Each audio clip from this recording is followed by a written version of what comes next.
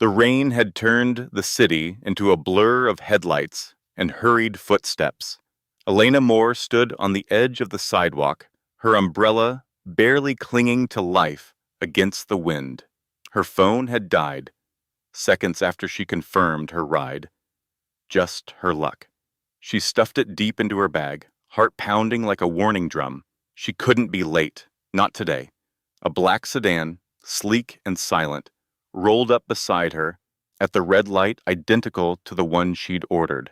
Without hesitation, she yanked open the back door. "You're here!" she gasped, her voice shaky, breathless. One hand clutching the umbrella, the other already pulling the door shut behind her. "Please drive. I can't be late." It's the CEO's first address at Valamont Group. And if I miss it, they'll let me go before I've even begun. The man in the driver's seat turned to face her slowly. He didn't say a word. His suit was sharp, his posture composed, eyes like slate on a stormy sea, unreadable. "I know what you're thinking," Elena said, already talking too fast, too loud. "Traffic's a mess." And I didn't confirm the name.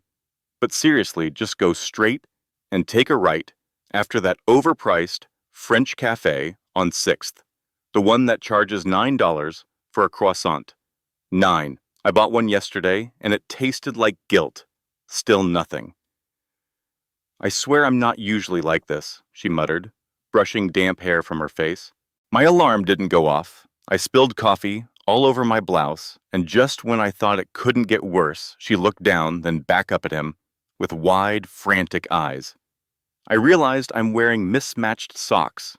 One has tiny reindeer. The other, slices of pizza. He blinked slowly. The light turned green. He drove. Elena collapsed into the seat like a deflated balloon. Rain tapped softly on the roof above her as her umbrella soaked the pristine carpet below. "Thanks," she whispered, breath finally catching up with her. "You have no idea how much I needed this." The silence filled the car like fog. She glanced at him again. "You're not much of a talker, huh? That's okay. I've done enough for both of us." Her voice softened now, as if afraid to disturb the calm. "You've probably had 100 passengers today, all in a rush, all a little lost. People like me." Still no reply. "But this car," she said, running her hand lightly along the seat, "doesn't feel like a rideshare. It feels like a place someone takes care of. Like someone who notices the little things, the scent of leather, the way the engine hums, the way you... Listen." She looked out the window, city lights reflecting off rain-speckled glass. For a moment, the chaos outside felt far away. She turned back toward him, a soft smile playing at her lips. "Has anyone ever told you you're a great listener?" He didn't answer. But for the first time since she stepped in, he glanced at her, not with annoyance, not with confusion, but with something else. Something quieter, something beginning. Elena watched the towering glass facade of Valamont Group draw closer through the car window. She ran a hand through her rain-damp hair, trying to tame the chaos. "Could you drop me off at the side entrance?" she asked softly. "Less chance of anyone witnessing whatever this look is." She gave a weak laugh. "If I'd known working here required this much elegance, I would have made a pact with a makeup artist."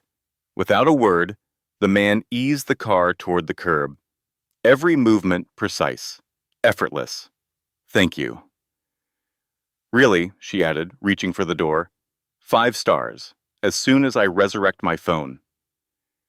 She stepped out into the misty air and turned to thank him again, but he was already looking straight ahead, as if she'd never been there at all.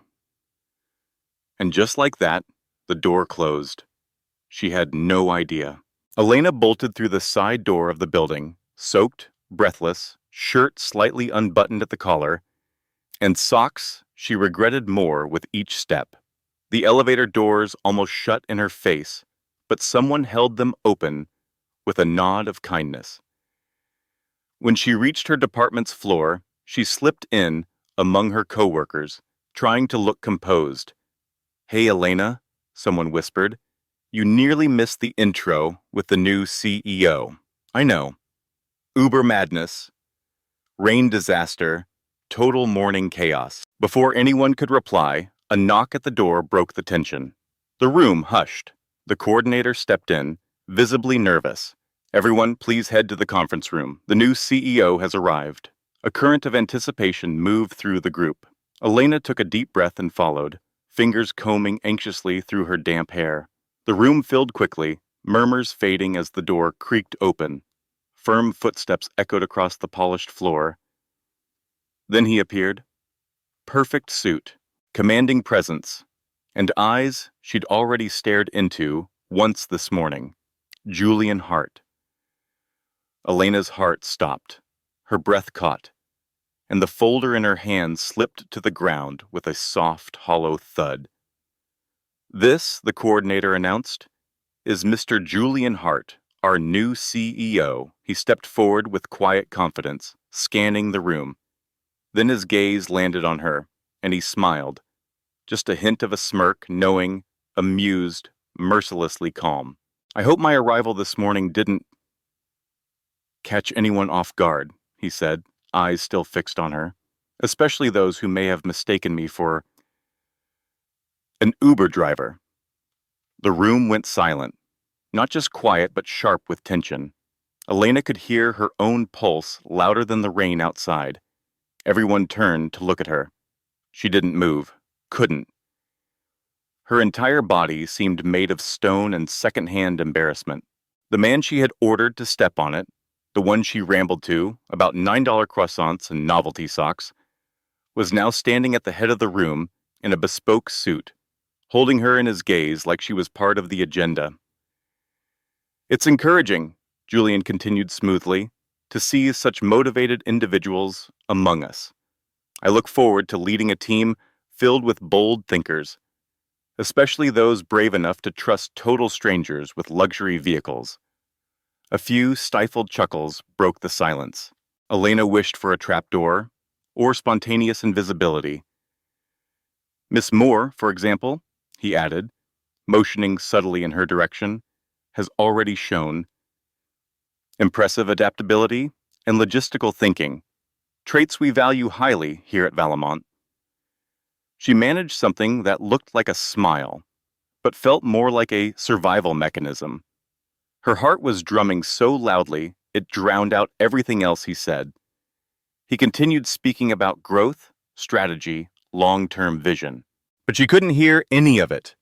All Elena could think about was her soaked blouse, her ridiculous socks, and the way she'd turned her new CEO into the silent lead of her personal rom-com.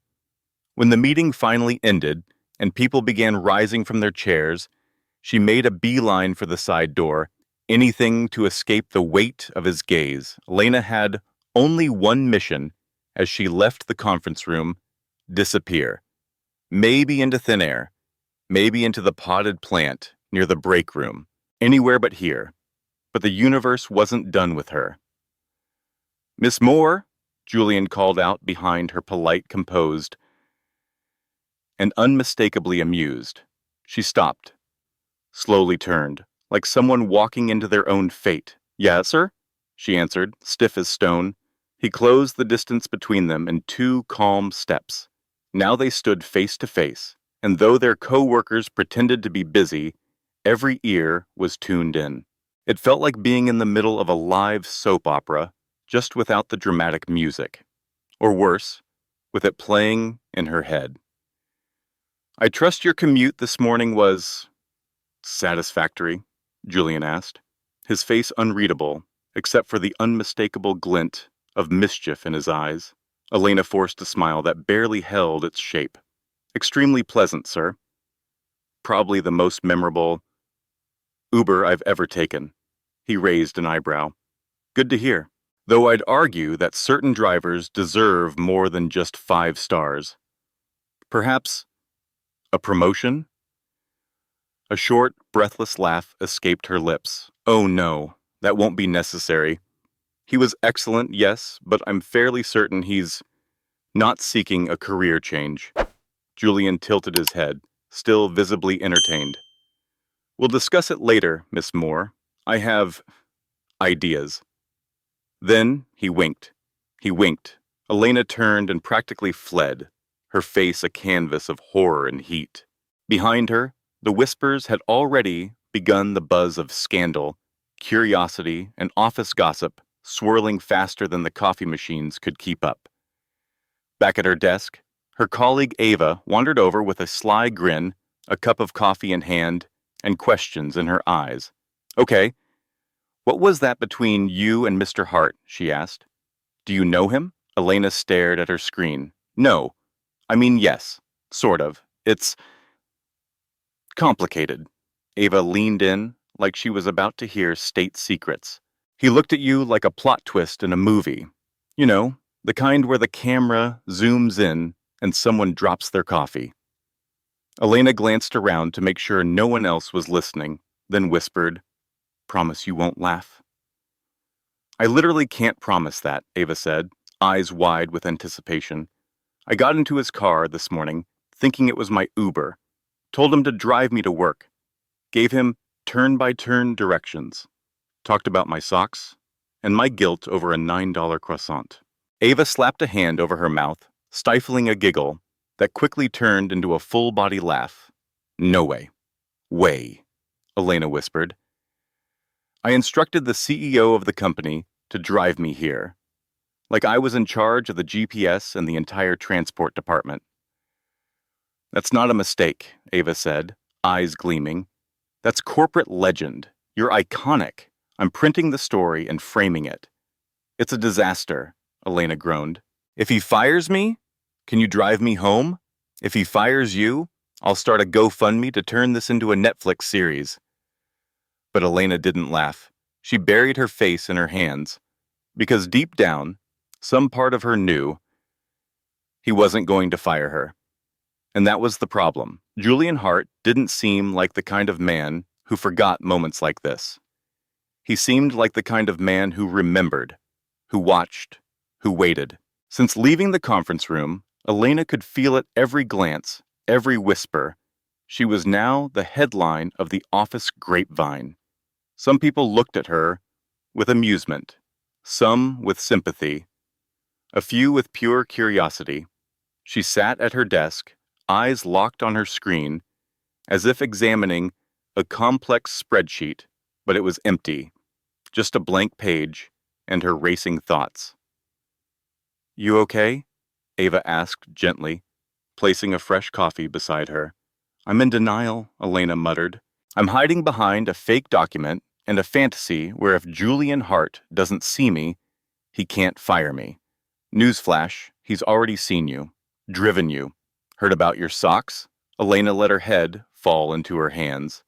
I even called his car an Uber with a CEO scent. I think that's the line that will go on my tombstone. Maybe he liked it. He did. That's what's terrifying. As if summoned by fate, the desk phone rang. Elena froze. Ava reached for the receiver before Elena could stop her. Elena had mere seconds to decide answer the phone or fake a coma. Project Development Department, Ava chirped into the receiver. Then her eyes widened. She cupped her hand over the mouthpiece and mouthed, It's him. Elena's soul quietly left her body. I'm dead, she whispered. Should I come to your funeral? Ava asked casually. Only if there are snacks. With fingers that felt like they belonged to someone else, Elena reached for the phone. Who? Hello? Miss Moore, came Julian Hart's smooth, unmistakable voice. Would you mind coming to my office? I'll be right there, she replied, in a voice that almost sounded professional if you ignored the internal screaming. She stood up like a wind-up doll, missing 3 screws, straightened her blouse, ran a shaky hand through her hair, and walked down the hallway like a contestant about to be eliminated from a very intense reality show. Someone whispered, Good luck, like a benediction. Another coworker gave her the kind of look usually reserved for tragic movie heroines.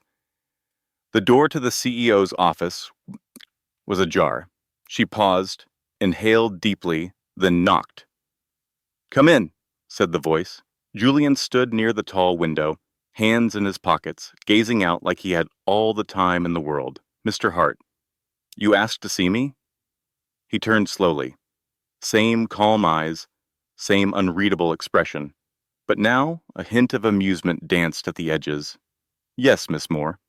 Please have a seat." She sat down, hands folded tightly in her lap, posture so perfect it could be used in etiquette textbooks. First, he began, "I want to thank you for the ride this morning." Her eyes widened in horror. "Sir, I am so sorry. I didn't mean to. It was never intentional. My phone died. The car looked just like the one on the app. And you were parked right there. And I thought you were my driver." "You didn't hesitate," he said, stepping toward his desk. "You gave orders, critiqued overpriced pastries, commented on the car's luxurious aroma." She winced. "I was in survival mode. It was pouring. I hadn't had coffee. I was wearing taco socks, for heaven's sake." Julian leaned forward slightly, both hands resting on the desk between them. "Miss Moore, if this is a formal warning, or worse, a termination, I understand. Just please don't let it go on my record. I'd rather not explain this at my next job interview." He sat back in his chair, eyes never leaving hers. "Why are you so sure you're being fired?" he asked, voice almost curious. She answered automatically, "Because CEOs don't usually appreciate being mistaken for Uber drivers." He raised an eyebrow. "What if I told you I appreciated your honesty? Then I'd say, you're testing me." "Maybe I am," she swallowed hard. "Then I'm probably failing." Julian tilted his head, studying her. "Are you good at your job?" "I think so. I'm still learning, but I'm organized. I remember details.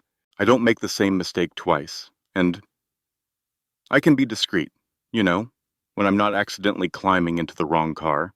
And you do have a sense of humor," he added. "That's rare here."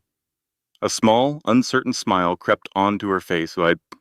"So, I'm not being fired?" "Not today," he said, standing, "though I strongly suggest verifying a driver's identity before entering any vehicle. Just a tip." "Lesson learned," she said, standing too. "Oh," he added, turning back to the window, "and that croissant? It really is $9. Regrettably, I know." She blinked, then laughed, genuinely this time. "So, you've been there?" "Once," he replied. Still recovering, she took a few steps toward the door, her shoulders lighter. "Can I return to work?" "You may." She turned the handle, ready to escape, but his voice stopped her once more. "Oh, and Miss Moore?" She turned her head. "Yes? Next time you accept a ride from a stranger, lock the doors." She let out a nervous laugh and nodded, stepping into the hallway with just enough dignity to make it around the corner before she let herself grin. For now, she still had her job, but more dangerously, she might also have his attention. Back at her desk, Elena found Ava waiting for her, like a detective, mid-investigation. "Well?" Ava demanded, eyes narrowed. Eyes. "Are you alive? Fired? Promoted? Proposed to?" Elena sank into her chair. Alive. Still employed. And tragically no ring. Ava leaned in eagerly. "What did he say?" "That I have a sense of humor, and that I should probably avoid accepting rides from mysterious billionaires." Ava's eyes went wide. He actually said that? Not in those exact words, but the message was loud and clear. "You do realize," Ava said, glancing around the office, "you are now officially the main character of this entire floor." "I know," Elena sighed. "But as long as my security badge still scans, I can live with that." Without a word, Ava handed her a muffin, like it was a medal of honor. "Eat this. You've earned it." Elena took a bite and smiled faintly. Maybe, just maybe, things weren't as disastrous as they seemed. The next morning, Elena showed up 10 minutes early. She checked her rideshare app twice, verified the driver's name 3 times, and just to be absolutely safe, she walked. As she entered the lobby, she nearly collided with Julian in the hallway. He gave her a slow, familiar smirk. "Did you verify your ride today?" "Twice," she replied, not missing a beat. "I'm proud of you," he said. She kept walking, lips twitching into a smile she didn't let him see.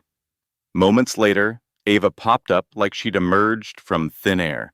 "Okay, something is happening between you two. Don't start. I'm just saying.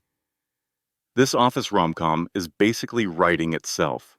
Elena rolled her eyes, but deep down, something warm stirred in her chest.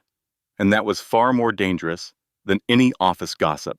The next morning, Elena walked into the building with the intensity of someone preparing for a national security briefing. She hadn't slept much. Her dreams had involved a horse-drawn cart full of overpriced croissants, which somehow felt symbolic. "Morning," she greeted Ava stiffly. "You sound like you're about to sit the astronaut entrance exam," Ava replied, sipping her coffee. "I'm preparing for the worst. Let me guess. Julian Hart complimented you yesterday?" "He did. And that's never just a compliment. It's a setup, a carefully crafted prelude to chaos." "You're overthinking this." "Am I?" Elena shot back. He smiled when I mentioned the croissant, Ava, like a man who knows exactly what fate he's about to drop me into. Before Ava could respond, the phone rang. She picked it up, listened for a second, and then lowered her voice. "It's him. He wants to see you." Elena stood up like she'd just heard her name called for jury duty. "This is it," she whispered. "This is where it all unravels." "Take your coffee mug," Ava advised. "Could be a psychological trap. He might offer espresso." Julian was seated at his desk when she entered, tablet in hand, looking focused but relaxed. "You asked for me, Mr. Hart?" "Yes." "Come in, Miss Moore. Please have a seat." She sat cautiously, smoothing her skirt and trying to remember how to breathe like a regular human. "I need your help with something," he said, setting the tablet aside. "We're hosting a group of investors on Friday. I need someone to walk the entire floor with the facilities team. Lighting, coffee machines, printers, small details, the kind of things no one notices until they fail. I can forward the request to maintenance," she offered quickly. "No," Julian said. "I want you to oversee it, personally." She blinked. "Me?" "It's a management-level task," he said, leaning back. "That's why I chose you. You're sharp. You notice things others don't. Like, say, stepping into the wrong luxury car." Elena narrowed her eyes. "This is punishment disguised as a promotion, isn't it? I prefer to call it a trust exercise. This is sounding dangerously like a Mission Impossible episode. I sincerely hope you accept it." She sighed. "Fine, I'll do it. But I'll need a floor map, a flashlight, and possibly a therapist when it's over." Julian smiled. "Excellent start. The maintenance team's waiting on the 10th floor," Julian said as he glanced at his tablet. Elena stood to leave, but his voice stopped her just before she reached the door. "Oh, and one more thing. Test the coffee machine.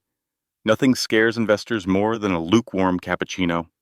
3 hours later, Elena found herself armed with a notepad, flanked by 2 maintenance workers, a stubborn roll of duct tape, and a brand new white paint stain on her blouse. She looked down at herself and sighed. This is starting to feel like one of those home makeover shows, except less glamorous. She scribbled a note, room 10B, flickering light, urgent replacement. "Miss Elena," one of the techs called out. The printer in room B's jammed again. It said it was going to print, but then it just groaned. "I'm on it," she said, marching toward the room. "But if that thing spits paper at me, I'm suing."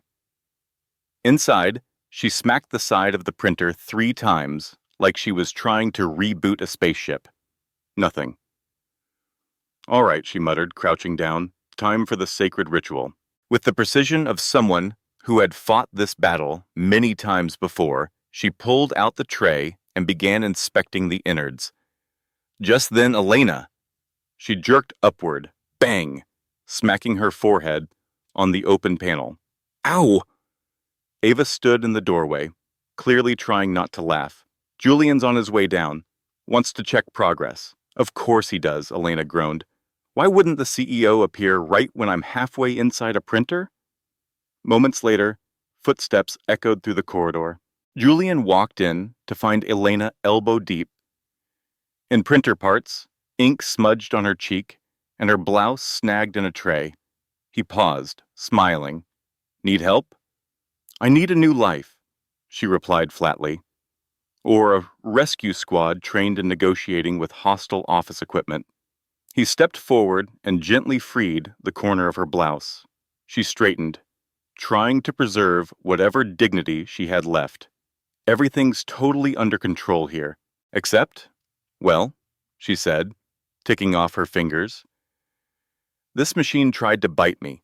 The coffee on the 9th floor tastes like recycled rainwater, and the reception carpet smells like it lived through the Civil War. Aside from that, flawless. Julian chuckled, scanning her notes. I like your honesty. Some people call it unfiltered trauma. I prefer dramatic efficiency. He looked back up at her, almost approvingly. Keep going. You're doing better than I expected. Is that a compliment or another riddle wrapped in sarcasm? He gave her a shrug and a smirk. You decide. The next day, Elena returned to her desk, hoping foolishly that she could finally catch her breath. Instead, she found an envelope waiting for her. Inside, a handwritten note. Elena, please review the annual financial report. Apparently, it's vanished from the shared drive. I'm counting on you. J.H. Her jaw dropped. He wants me to review the annual financial report? Ava gasped. That's like top secret mission on hard mode. If you mess up even one number, the whole company combusts. If I get it right, Elena muttered, he'll probably send me on a spacewalk next. Maybe he's testing your limits. He's testing my sanity. Still, she rolled up her sleeves and dove in. 3 hours later, she had flagged inconsistencies, standardized graphs, and most bizarrely, found a budget line allocating monthly funds for executive chocolate supplies. This is less of a report, she said to herself, and more of an accountant's theme park. Sometime in the afternoon, Julian appeared beside her desk, silent as ever, a ninja in a tailored suit. So? He asked. I survived, she said. Barely. But I've lost all faith in humanity. Someone's been using the company credit card for chocolate. Good, he said simply. Come with me. She followed him to his office. She was getting much too used to this. As they sat down, he leaned back slightly. What did you think of the report? There are numbers in there that defy logic, and hidden expenses that look suspiciously like someone trying to disguise their sugar addiction. And those spreadsheets, Elena said, waving her hand, were more disorganized than my sock drawer. Julian nodded. Agreed. Which is why, starting next week, we're reorganizing everything from the ground up. I want you attending the finance department meetings. Her eyes widened. You said, want me in the finance meetings? You won't need to speak. Just observe. Take notes. I expect a report at the end of each week. So, is this a promotion? Not quite, he said, the corners of his mouth lifting slightly. Let's call it an evaluation. Trust, Miss Moore, is earned over time. Despite the exhaustion etched into her face, Elena couldn't help the small smile that escaped. For the record, I'm still waiting on your croissant review. 5 stars, he said, and by Friday, an extra pair of penguin socks. By the end of the week, Elena was running on caffeine and sheer willpower, but under the fatigue was something else, something unfamiliar. Satisfaction. She'd survived Julian Hart's chaos, sarcasm, and secret missions, and she was still standing. Ava noticed. Of course she did. You know, she said, walking up with a fresh coffee, For someone who claims to be constantly tortured by the CEO, you've never looked more alive. I'm not, Elena insisted. Yes, you are. You're energized. You like the challenge. And if I may go a little further, you like him. Elena nearly dropped her coffee. Like him? He's my boss. Yes, your mysterious, sarcastic, infuriatingly handsome boss, who now personally assigns you more tasks than an overenthusiastic game show host. Elena didn't reply. Because maybe, just maybe, Ava was right. Maybe none of this was punishment. Maybe it was something else entirely. It was a perfectly ordinary Tuesday. Well, for everyone except Elena Moore. Since the day she mistook her CEO for a rideshare driver, nothing about her days had been normal. Now her life was a swirl of half-coded emails, cryptic instructions, and glances she couldn't decode. Were they judgment, approval, or something dangerously close to curiosity? That morning, she was stationed at the reception area of the company's annual event. Julian had told her, with one of those maddening half-smiles, observe and stay available, which, in corporate terms, could mean anything from help coordinate an executive roundtable to stand near the plants and pretend you belong. She looked around the lobby, buzzing with energy. Reporters setting up cameras, photographers adjusting lighting, and a buffet lined with mini sandwiches that had French names no one dared pronounce. They available, Elena muttered under her breath. Translation stand here, look presentable, touch nothing, and smile but only slightly. Ava passed by, holding a glass of orange juice. Everything good? I am officially the most decorative object in this lobby, Elena replied. I'm one emotional breakdown away from posing like a ficus. Keep your eye on the press. I heard someone from Executive Monthly is here for an interview with Julian. Oh, joy, Elena sighed. I just hope no one mistakes me for someone important. I still haven't recovered from my battle with the printer. Seconds later, a well-dressed man with a microphone and the air of someone running late approached her. You work here, right? He asked quickly. Yes, I'm in administrative support. Perfect. I'm short on time. Just need a quick statement for today's article. Only a few questions. We're rolling. We're what? Elena blinked. Me? But I'm just already recording, he said, with a subtle gesture toward the camera behind him. Name? Elena. Elena Moore. Elena, what's it like working under Julian Hart, the company's new CEO? She froze. For a brief moment, everything came flooding back. The soaked morning, the mistaken ride, the ink-stained blouse, the killer printer, the croissant, the smirk, and the way he always looked at her like he knew exactly what she was thinking. She smiled. Just a little. Well, she said, he's intense, mysterious, a little intimidating, if I'm being honest. She chuckled softly. But he also has a sense of humor, Elena finished, her voice calm, but with a playful edge, the kind you only recognize after you've already fallen for the joke. The reporter smiled brightly. Great. And how do employees feel about him? There are rumors he's a bit demanding. Demanding, she echoed. Absolutely. He consumes more coffee than a cafe during morning rush hour, and he asks for more reports than an auditor on caffeine. She paused, letting herself smile. But here's the thing, he makes it work. Since he arrived, the company feels different, more alive, faster, unpredictable, like something's always about to happen. Any standout moments working with him? Elena's mind flashed back Rain, a broken umbrella, his gray eyes, her ridiculous socks, printer wars, coffee catastrophes, and the smirk that always showed up when she least expected it. She almost said it. That time I got into his car thinking it was my Uber, but she stopped herself.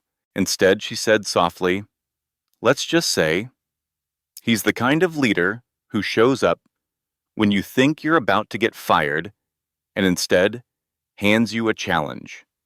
And when you think you're going to fail, turns out he already expected you to figure it out. Fantastic, the reporter said, already walking away. That's going to be perfect for the piece. Wait, was that an official interview? Elena called after him. Too late. Even the camera light had already gone off. And hours later, Elena was back at her desk, pretending to focus while a slow-building storm of anxiety brewed in her stomach. Julian hadn't come back to the lobby. No one mentioned the interview, and she dared to believe just for a moment that maybe, just maybe, the footage wouldn't make it anywhere. That hope lasted until exactly 9:07 the next morning. Ava came running down the hallway, tablet in hand, eyes wide. Elena, you're on Business Leaders in Focus. What? Elena shot up from her chair. You're on the front page, Ava said, thrusting the tablet into her hands. Look. And there it was, the event backdrop. The sandwich table, and her on video talking like she was chatting with a barista, not giving an unsanctioned PR statement. Across the top, employee. Reveals always. Secrets behind Valamont's mysterious CEO. Secrets? Elena yelped. I didn't say anything secret. I said he drinks a lot of coffee. I said he's intense. I said, oh no, I said he's mysterious. Ava was laughing so hard she had to sit down. Look at the comments. This one says, I want a mysterious CEO in my life too. And this one, make her the company's official spokesperson. Elena buried her face in her hands. I'm getting fired. For real this time. I brought this on myself. Just then the phone rang. Ava sobered immediately. It's him. Elena stood like someone heading to their final judgment. If I don't come back, take care of my Post-its. They're my legacy. She knocked. Come in, Julian said. He was seated behind his desk, watching the exact video she had just seen. He paused it as she entered. Mr. Hart, she began, hands raised slightly, like she was under arrest. I swear I didn't know that was a formal interview. I thought it was just, small talk, like when someone asks about your favorite juice. Julian kept a perfectly straight face. He needs more coffee than a coffee shop, he quoted. True, she muttered.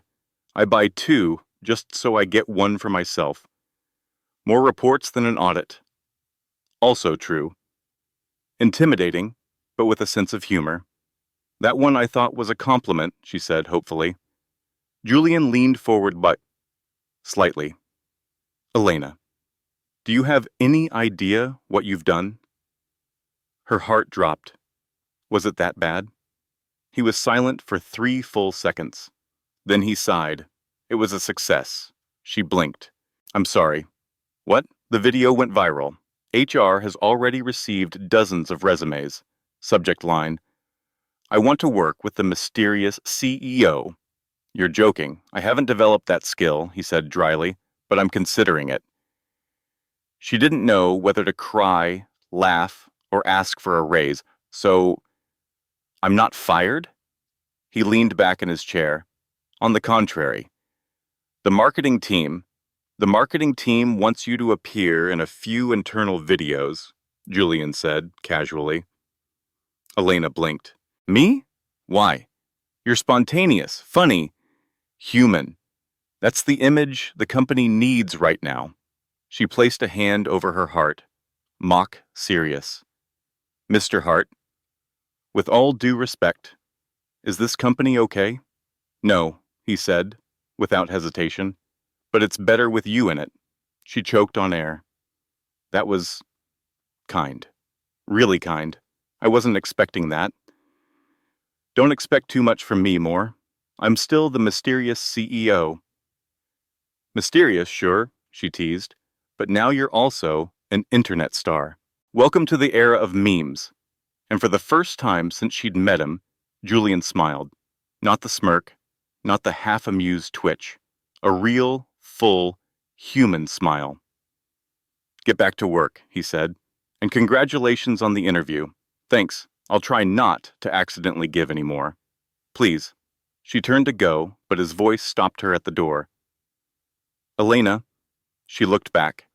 "You looked good in the video," he said simply. "You're not just spontaneous. You're captivating." She froze for a moment, then smiled softly, genuinely. "Thank you, Mr. Hart. You're surprising too." And this time, she walked out without tripping. Ever since the interview went viral, Elena felt like she was wearing a glowing, invisible label, that interview girl. Colleagues who had previously forgotten her name now greeted her like an old friend. People whispered the croissant joke in the elevator. Her inbox was suddenly full of just curious messages. "You're famous," Ava said, tossing a grape into her mouth as she flipped through the company bulletin board. Someone had already pinned a screenshot of the video with the caption, "More coffee than a coffee shop." "Famous?" Elena groaned. "I'm a walking GIF. Someone asked for my autograph yesterday. On a sugar packet." "Well, at least you didn't get fired." "Not yet," Elena said darkly. "But Julian looked at me this morning, like he was about to send an email titled, 'Let's Talk.'" Ava paused, swallowing. "Speaking of rumors, I heard something. There's an investor dinner tomorrow night. Big deal. And apparently, Julian needs someone to accompany him." Elena raised an eyebrow. "Like a date?" "Strategic partner," Ava clarified. "But yes, word is there's one investor who's more interested in him than the stock report, if you catch my drift. So, he's bringing someone to redirect attention. And let me guess," Elena said slowly. "I'm the top candidate?" Ava grinned. "He might. He could. He wants to. That's insane. That's Julian Hart." Before they could spiral deeper into speculation, the desk phone rang. Elena didn't even flinch. "I already know. He's going to say, 'Miss Moore, I have an unexpected invitation for you,' and then hang up dramatically. Or send you a calendar link with no subject line," Ava added. Elena picked up. "Projects department." Elena speaking. Pause. "Yes, sir. Of course. I'm on my way." She hung up and looked at Ava. "I hate being right." Julian's office was quiet, as always, the city skyline casting long shadows across his desk. Elena walked in slowly, bracing herself for some new task that sounded harmless, but turned out to involve spreadsheets, a flashlight, or an existential crisis. But she wasn't prepared for what he actually said. "Miss Moore," he began, standing beside his desk, "I'd like you to accompany me to a dinner with investors tomorrow evening." She blinked. Twice. "I'm sorry, what?" "I need someone who understands our internal departments, who knows how to behave in public," he said, then paused, eyes narrowing just slightly. "And someone who can improvise? Well, awkward situations?" she asked. "Like mistaking a CEO for an Uber driver?" "Exactly." She sat down, still trying to wrap her head around the request. "Why me?" "Because I trust you," he said simply. "Because the investors saw the interview. Because you're spontaneous, approachable, unpredictable." He looked at her, not unkindly. "And because I need to avoid Miss Delaney asking me to dance again." Julian said it like a man recounting a war story. Elena raised an eyebrow. "Delaney? One of our investors. Influential, relentless, and cursed with truly awful taste in music." Elena truly tried not to laugh. "So I'm going as your distraction?" "As my ally," he corrected. She crossed her arms. "This is starting to sound like a spy mission. Should I bring a fake passport? Dark glasses? A secret code name?" "You'll only need 3 things," Julian replied. "Be well dressed, arrive on time, and know how to interrupt me if necessary." "Interrupt how?" He looked at her, eyes gleaming. "If I give the signal, make something up. Spill juice on my jacket. Invent an emergency. Say someone called about a fire in the building. Get creative. Elena's smile slowly widened. This day could be fun. It could also be a disaster, Julian said, deadpan. But I'm counting on you. She stood. So, tomorrow? 8 o'clock? I'll send you the address and details. Oh, and wear something that says I'm intelligent. But I could also ruin your life in heels. Does that even exist? Find out. The next morning, Elena stared at her closet like it had personally betrayed her. She had mentally changed outfits at least 7 times. A sleek black dress, a tailored blazer, a burgundy number that made her feel elegant and mildly terrifying. She was on the verge of panic. Ava walked in without knocking. You need help. I need a stylist. Or a tranquilizer. What's the dress code? Corporate seduction? I need to look smart. Like I belong, but not like I'm flirting. Ava raised an eyebrow. You don't want to look like you're flirting with the CEO? Elena hesitated. Maybe just a little. But, accidentally flawless. Ava pointed to the burgundy dress. That. Trust me. It says, confident, capable, and don't mess with me unless you're Julian Hart. Wear the heels that give you 5% more confidence and 10% more regret. Elena nodded. Done. At 7:58 p.m., she arrived. The restaurant was sleek, understated, expensive. Waiters moved like whispered secrets. The lighting was dim, the music soft, the atmosphere tailored for billion-dollar deals and dangerous glances. As she stepped out of the car, the night air brushed her face. And there he was, Julian Hart, in a dark gray suit, crisp and perfectly tailored. His hair, of course, immaculate. His expression serious, but a smile tugged at his mouth when he saw her. Right on time, he said.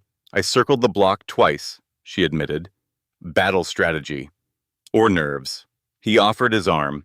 Effective, either way. They hadn't been seated long before Julian leaned slightly toward her and murmured, Target.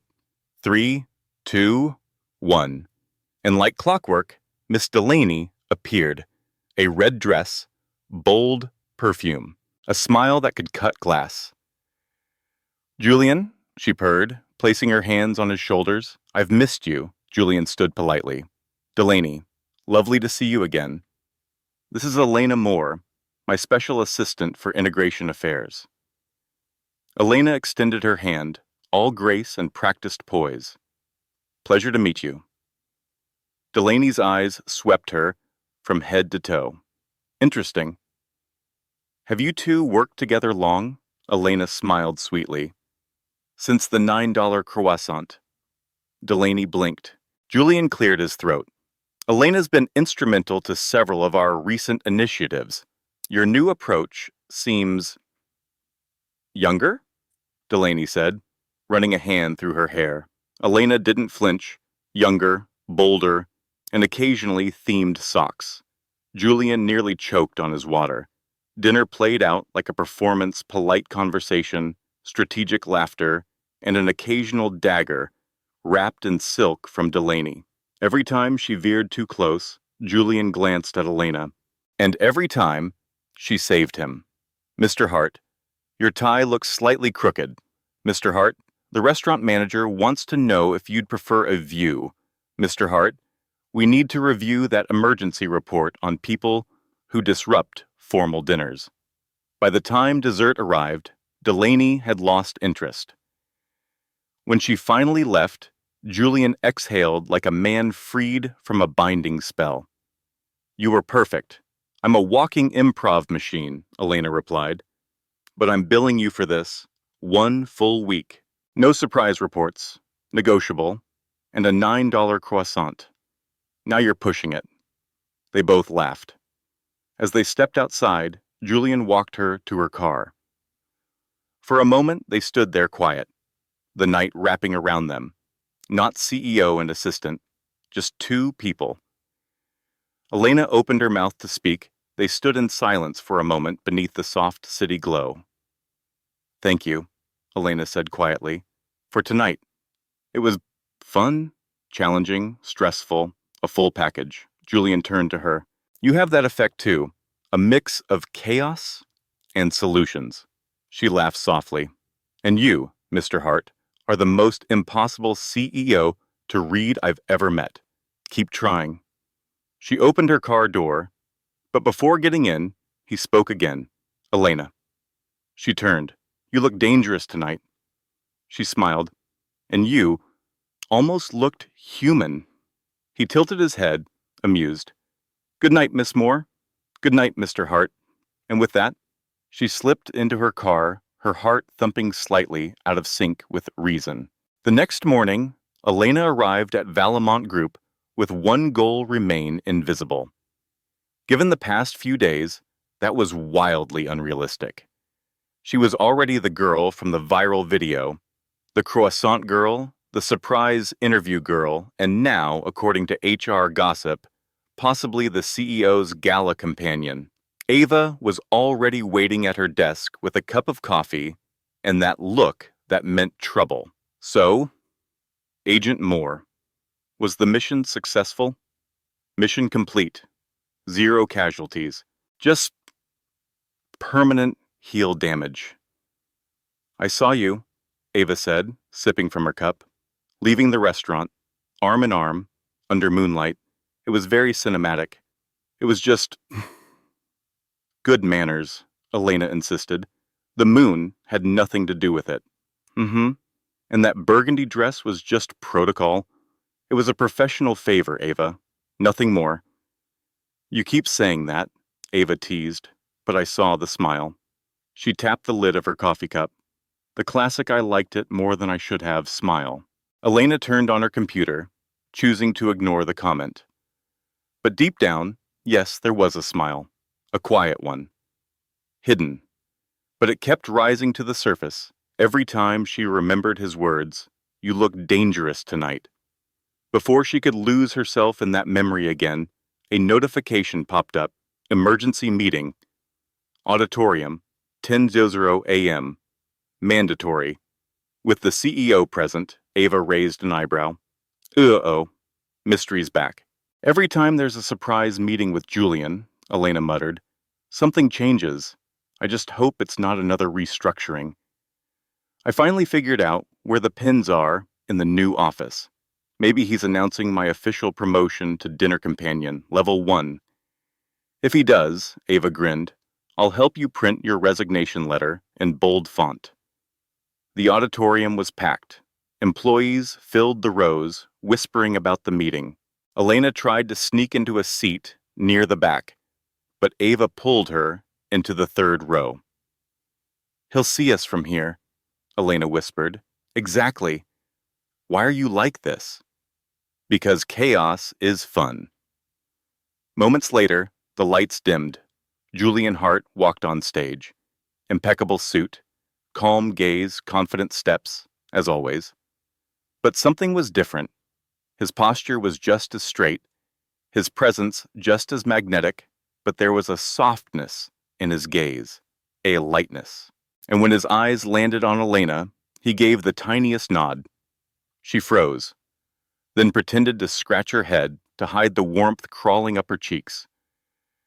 Julian began to speak company updates, new goals, better systems, all delivered in his signature calm cadence. But then, to mark this new chapter, he said, we're also launching an internal communication initiative, a campaign to remind us who we are, not just numbers, but people. The light shifted. The screen behind him came to life. And there it was, the video, her video. Elena sank into her seat. No, no, no. I'm going straight to limbo for this. But then something unexpected happened. The room laughed at all the right moments. They clapped at the end. And when the lights came back on, people were looking at her, not with judgment, but with admiration. This, Julian said, returning to the microphone, is exactly the tone we want to set. Humor, authenticity, humanity. He paused. And for that, I'd like to personally thank Miss Elena Moore, Julian said, his voice calm and clear, who without even knowing it, helped define the very tone we want to build moving forward. Applause erupted around the room. Elena, however, wanted to dissolve into a puff of smoke and vanish through the floor.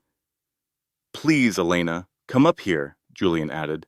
No, no, she whispered in horror. But Ava was already nudging her toward the aisle with the unstoppable energy of a best friend who lived for chaos.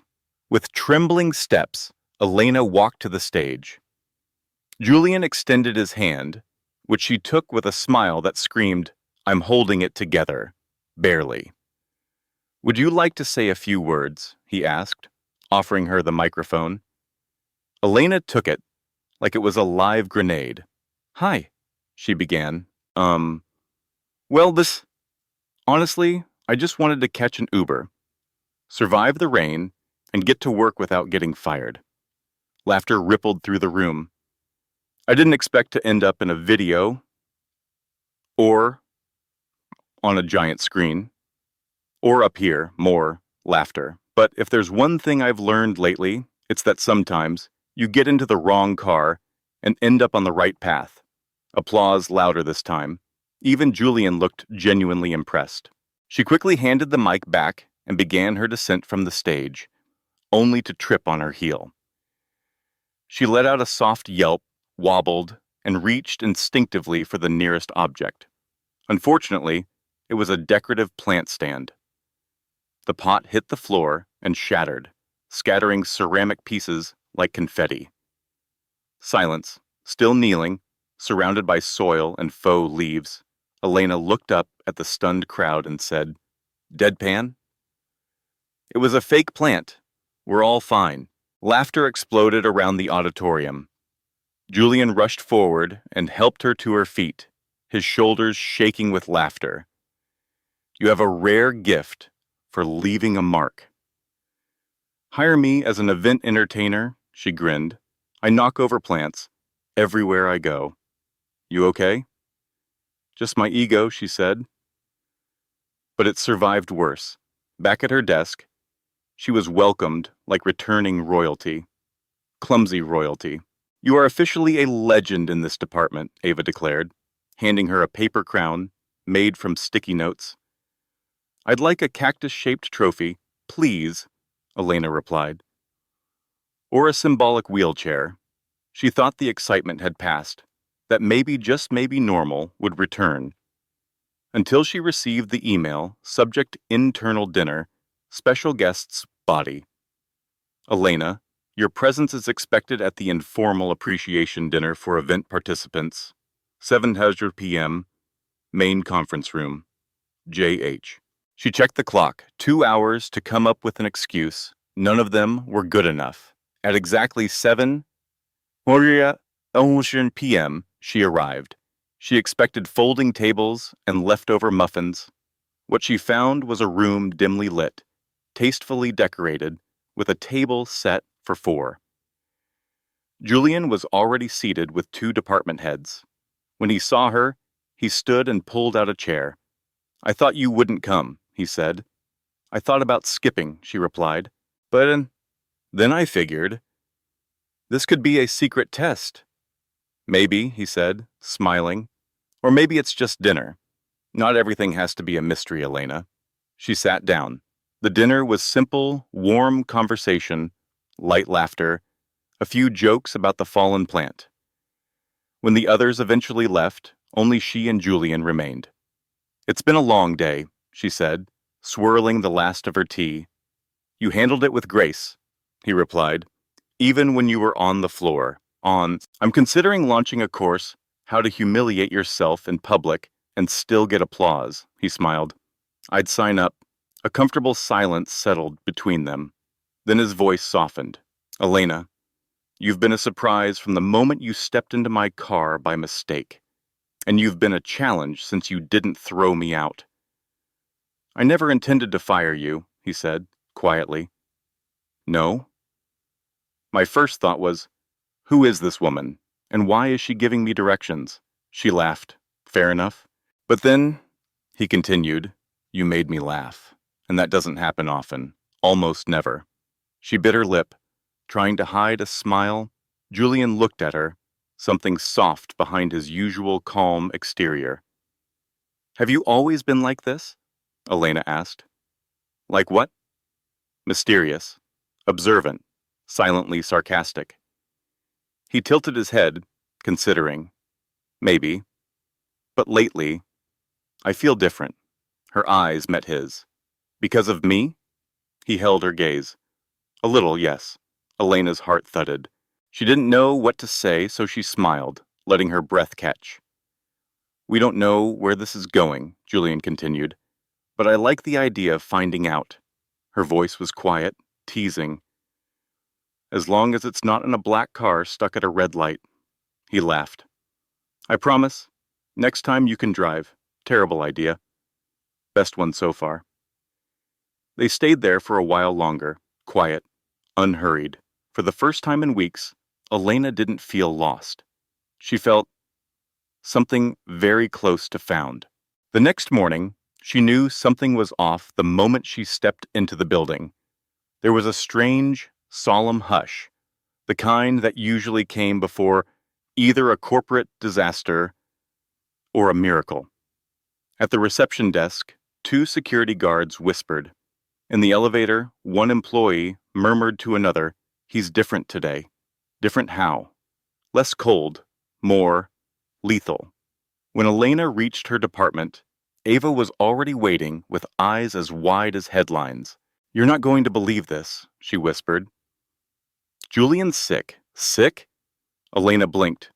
"Like red nose and bundled in a blanket?" "I don't know, but he walked in with a tissue, refused coffee, and didn't even respond to the CFO's good morning." Elena froze mid-step. "Wait," she whispered. "He has a cold?" "Obviously," Ava replied. "But you know how he is. He'll deny it until his last breath. He'll call it atmospheric imbalance or corporate respiratory recalibration." Elena sat down slowly. "That explains last night's email?" "What email?" She opened her inbox. Subject line, "Meeting plan changed." Body, "Meeting canceled. New files attached." No greeting, no sign-off, just clinical doom. Ava leaned over and nodded. Real virus confirmed. Elena tried to brush it off. "I'm not doing anything. He's an adult. He's the CEO of a billion-dollar company. He can handle a cold." But deep down, she knew she wasn't going to sit still. At noon, after finishing a report, Elena grabbed her bag and headed to the lobby cafe. She came back 10 minutes later with a small paper bag, its contents carefully chosen: ginger tea with lemon and honey, 2 chamomile tea bags, a bowl of hearty vegetable chicken soup, and a vitamin C bar that claimed to restore your soul in 24 hours. Ava raised an eyebrow.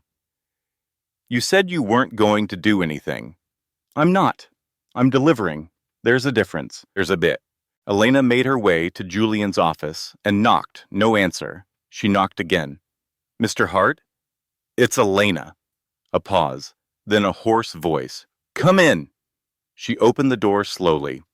Julian sat behind his desk, eyes slightly red, tissue in hand, his suit jacket draped over the chair, his tie loosened. It was official.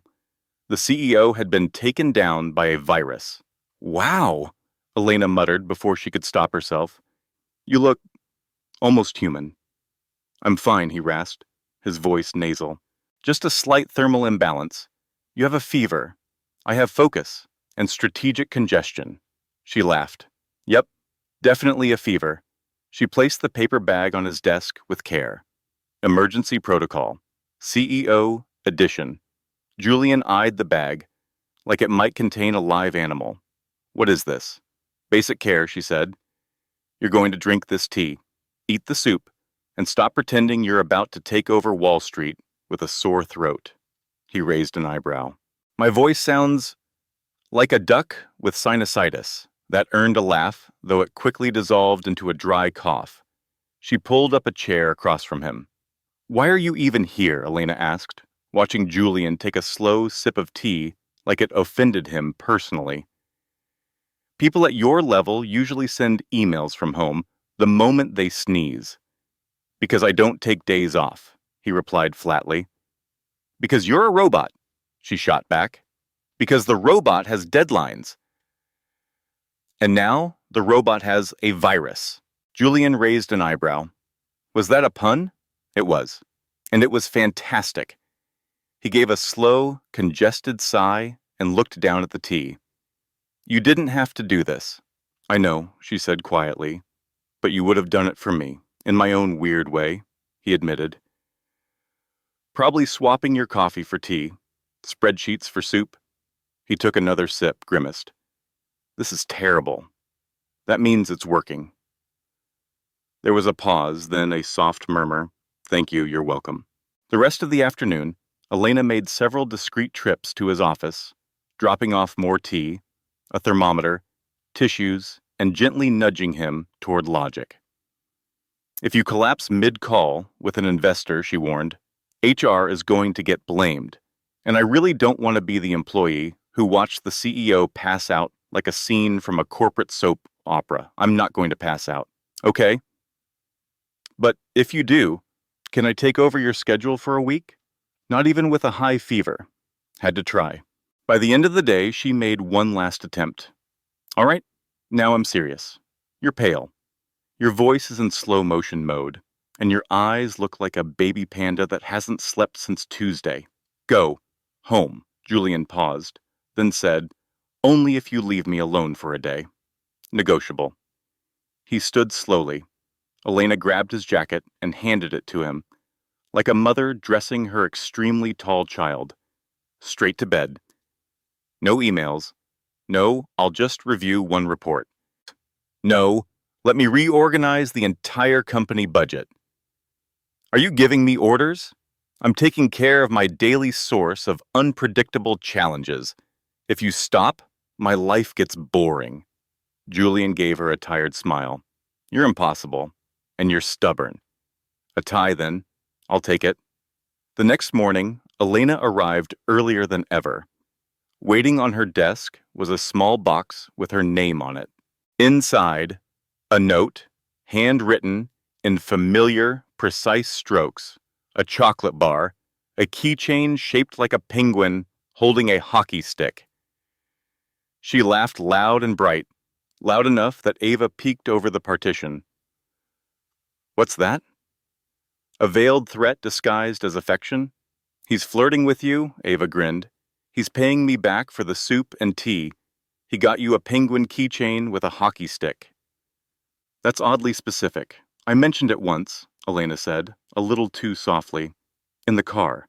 The day I got in, thinking it was an Uber, Ava blinked. He remembered that? Elena nodded, slowly. He remembered everything. She sat back, cradling the keychain in her palm. Something had shifted, not just between her and Julian, but inside herself. She was no longer the temporary assistant tripping over her own nerves. She had a voice, she had confidence. She had made a guarded, demanding CEO drink ginger tea, and not just survive it, but thank her for it. And maybe, just maybe, she was starting to fall for him.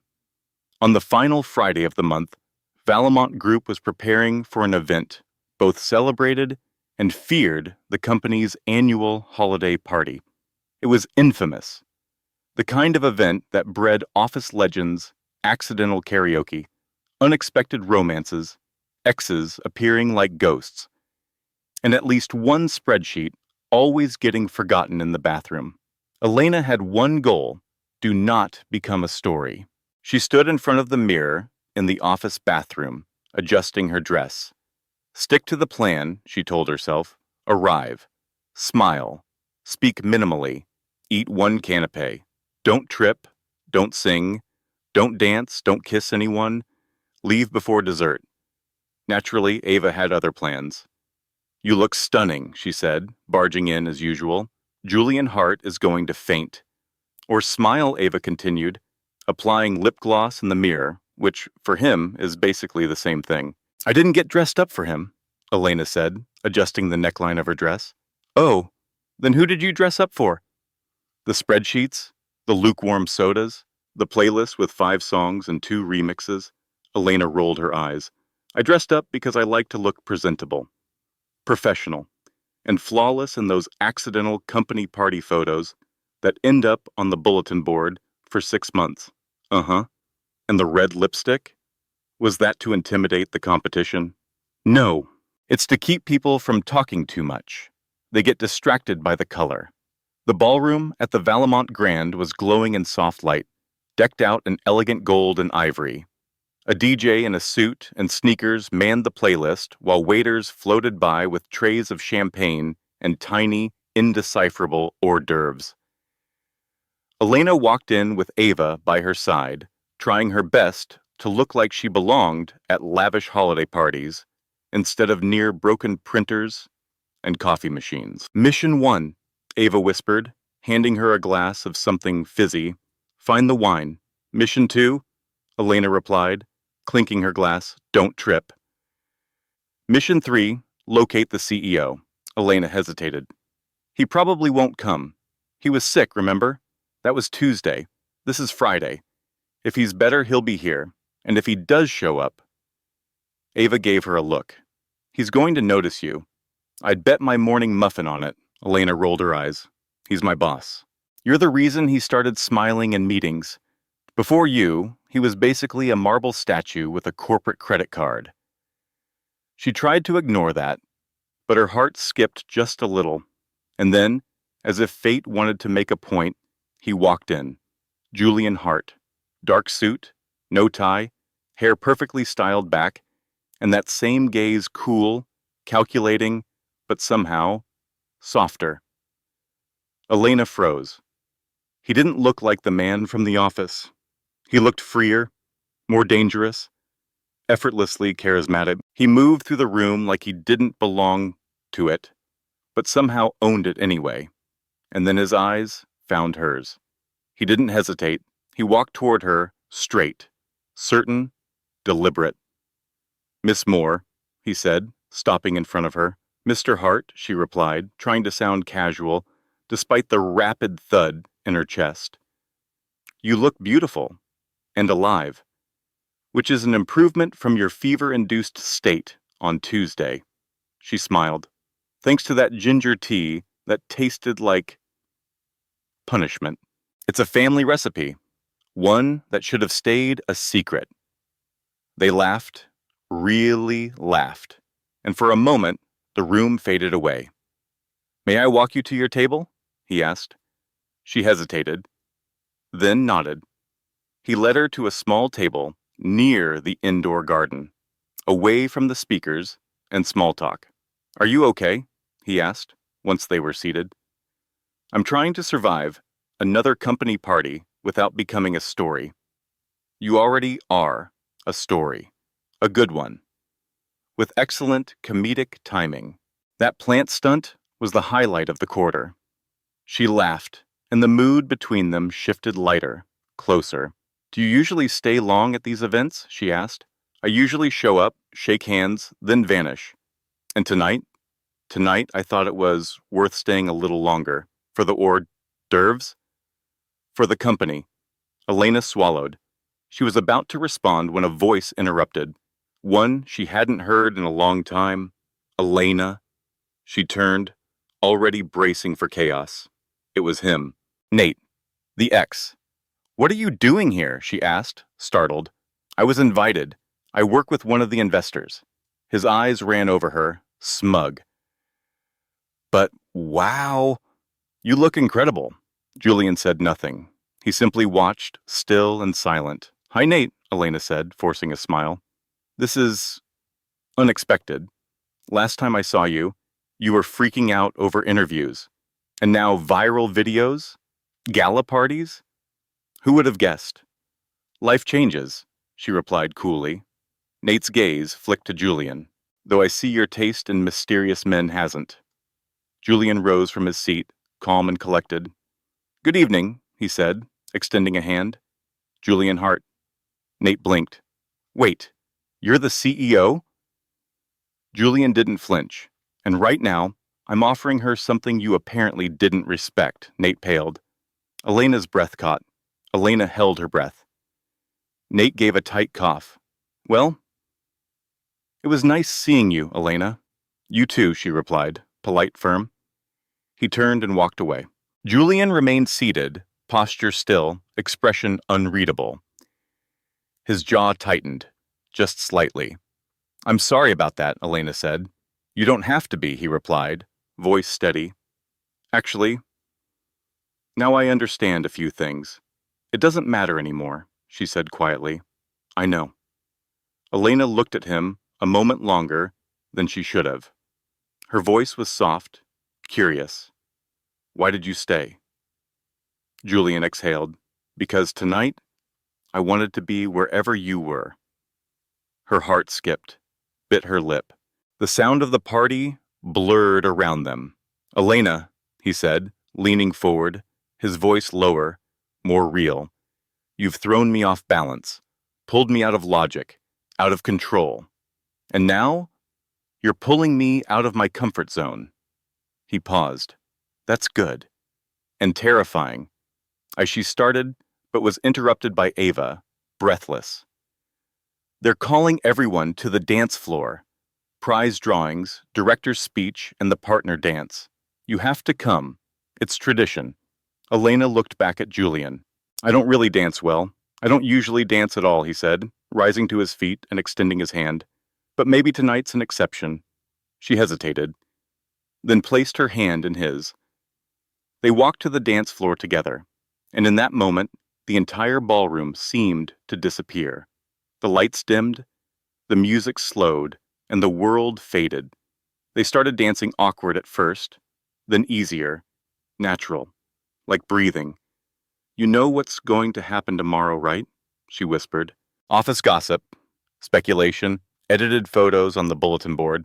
Exactly. And you know what else will happen? What? I'm going to ask you out, he said quietly.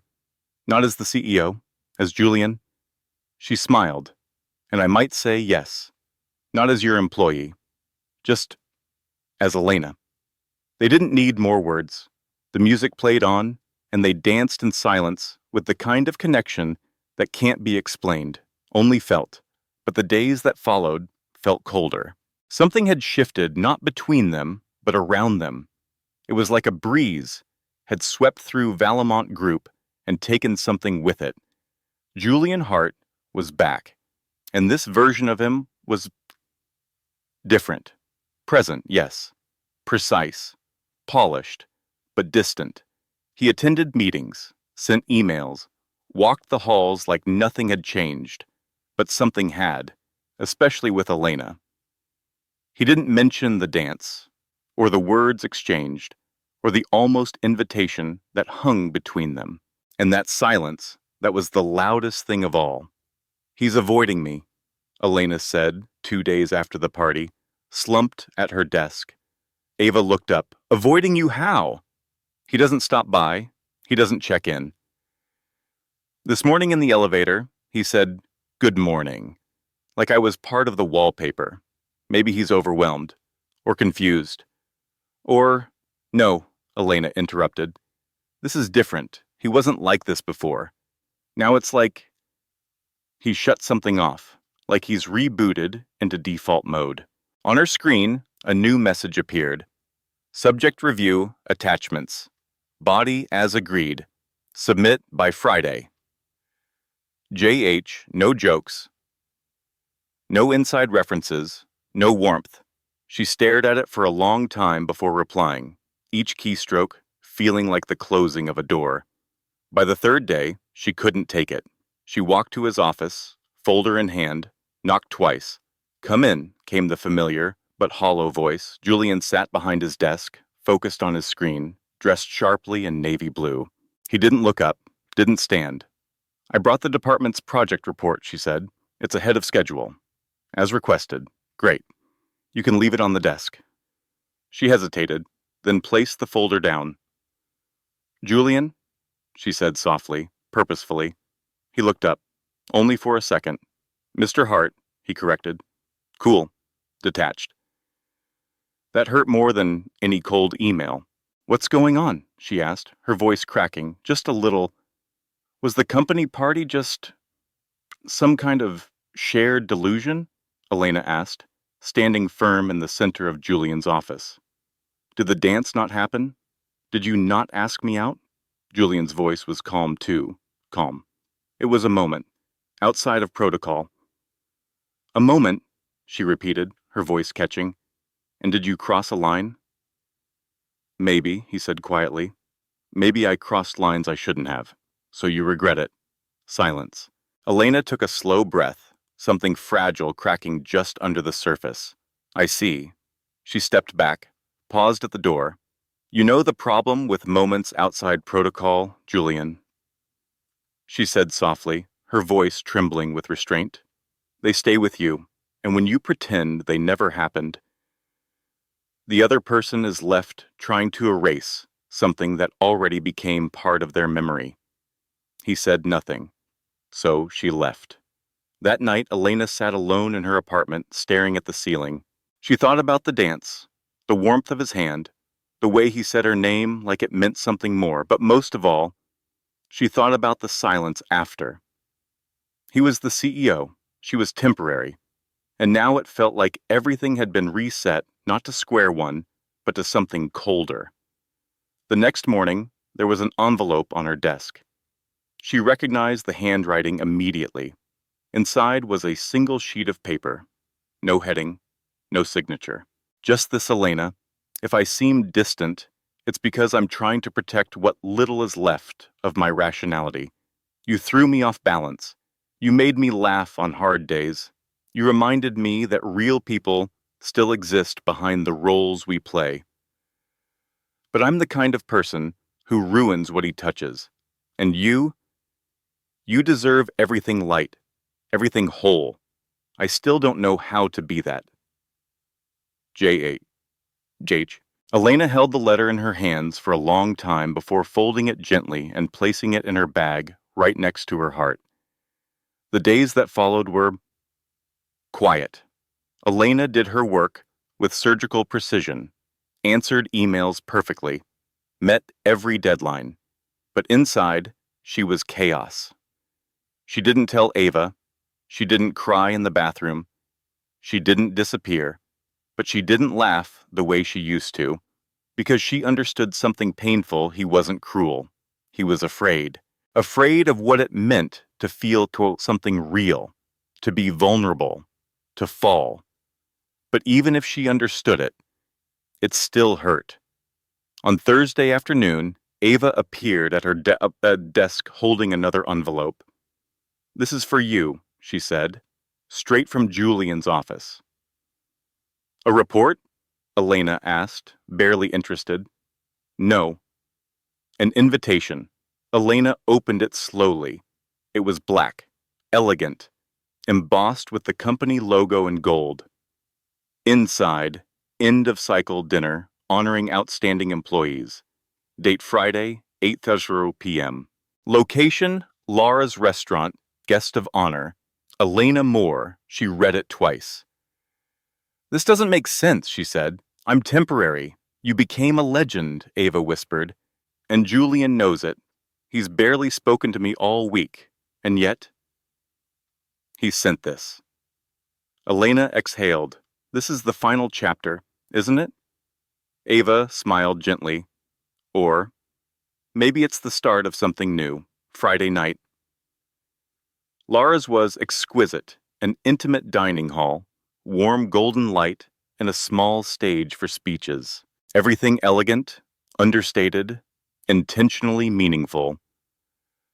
Elena arrived in a simple but graceful dress and a knot of nerves twisting in her stomach. She didn't know what to expect. Would he speak to her? Would he even look at her? As she entered, colleagues smiled, nodded, whispered kind words.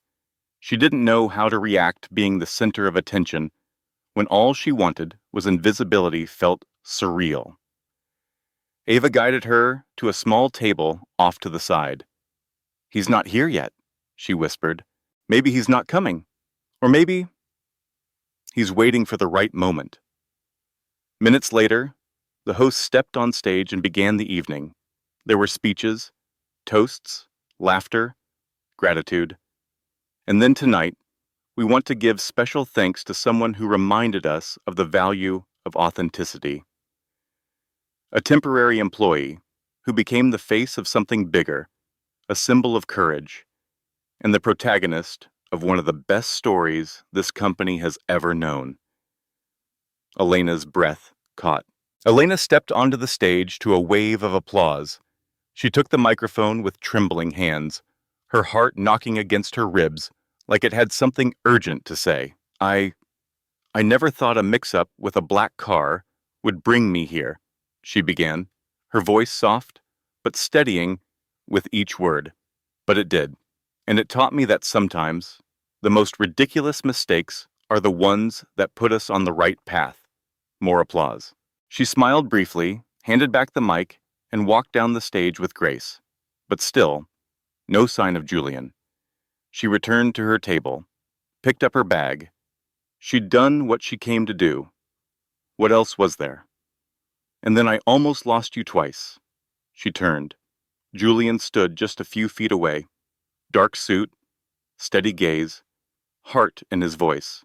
Once when I got into your car, he said, stepping closer. And again, when you walked out of my office with a broken heart. Elena held her breath. And now, he continued, quieter, now I'm trying not to make the same mistake again. Another step. I was afraid, Elena. Afraid of mixing what I felt with what I thought I should be. But you showed me that feeling is exactly what I've been missing. She didn't speak. She didn't need to. I'm still complicated, still a CEO, still a work in progress, but with you, everything feels easier, lighter, real. His voice was unshaken now.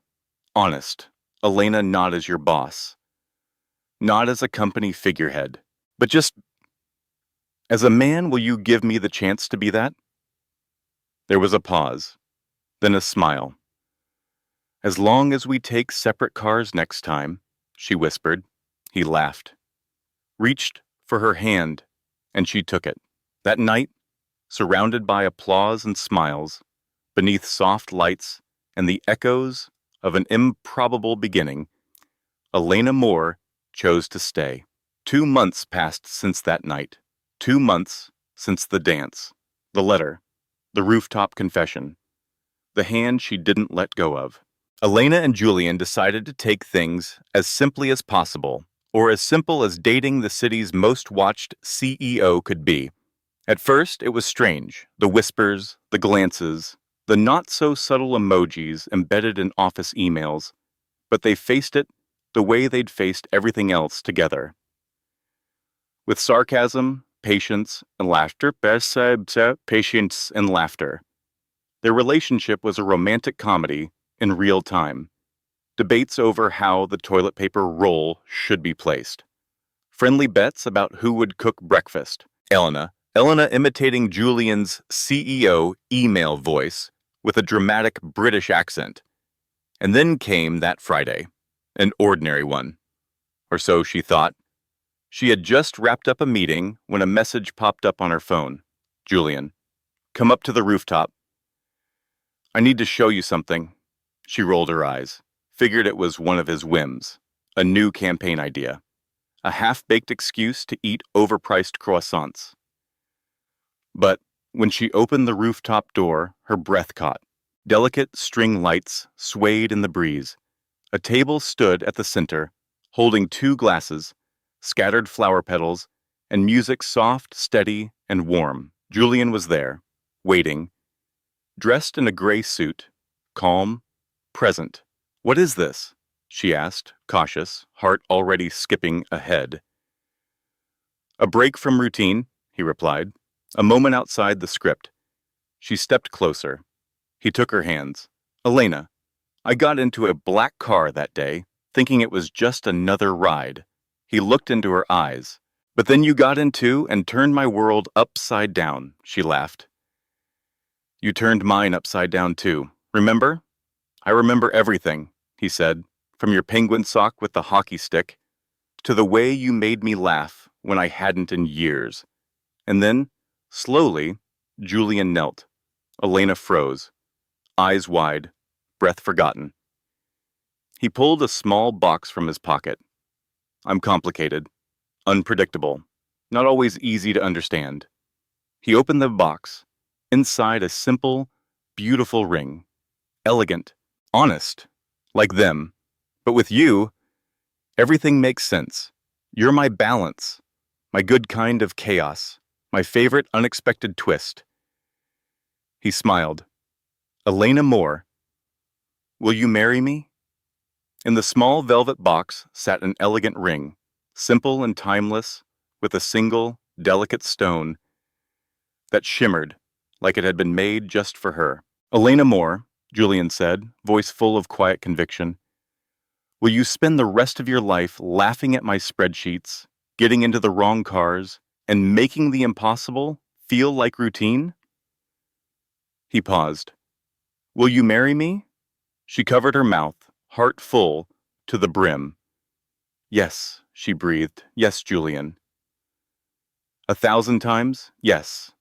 He slid the ring onto her finger, and she pulled him into a hug, laughing, crying, trembling all at once. You, she whispered through joyful tears, are truly impossible. And now, I'm officially your impossible, he murmured, pressing a kiss to her forehead.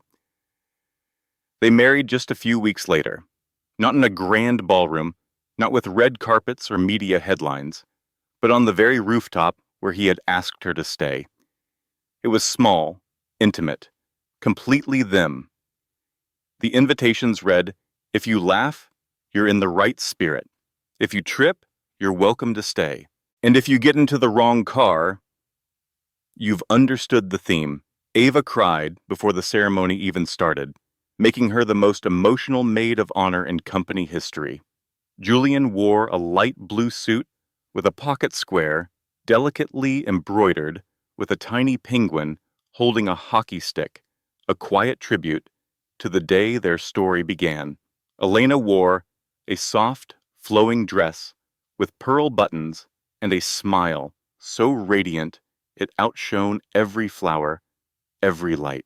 When she walked down the aisle, Julian could barely breathe.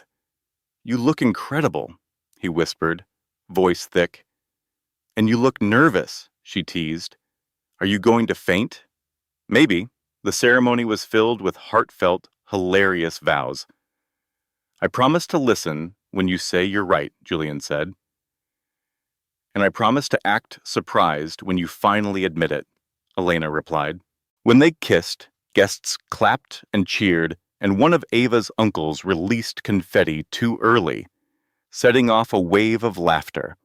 The reception was everything they had never planned, but everything they needed. Dancing, inside jokes, warm embraces. They danced again to that song from the company party, but this time, no exes, no whispers, no wondering who was watching, just them, complete, imperfect, real. Later that night, as the music faded and guests began to leave, Julian took Elena's hand and led her to a quiet corner beneath the soft rooftop lights. Hard to believe, he said, that it all started with you yelling, "Go, go, go," at a red light, and you apologizing for not being the Uber. She grinned. They laughed. If I had told you the truth that day, he whispered, we might have missed all of this. He kissed her slow, certain, full of everything they had learned to trust. And in the hush of the night, with the hum of the city below, the flicker of lights above, and the memories of every impossible, beautiful moment in between, they knew they had found in each other something they didn't even know they were missing. Something real, something lasting, something that started as the wrong car, but ended as the right love. What did you think of Elena and Julian's story? On a scale from 0 to 10, how would you rate their journey? Don't forget to like, subscribe, and turn on notifications so you never miss a story that might just change your day. And if you'd like more heartwarming tales, of love, fate, and the beauty of mistakes, click right here on the end screen. We'll be waiting with the next story. From all of us at Shining Stories, thank you for listening.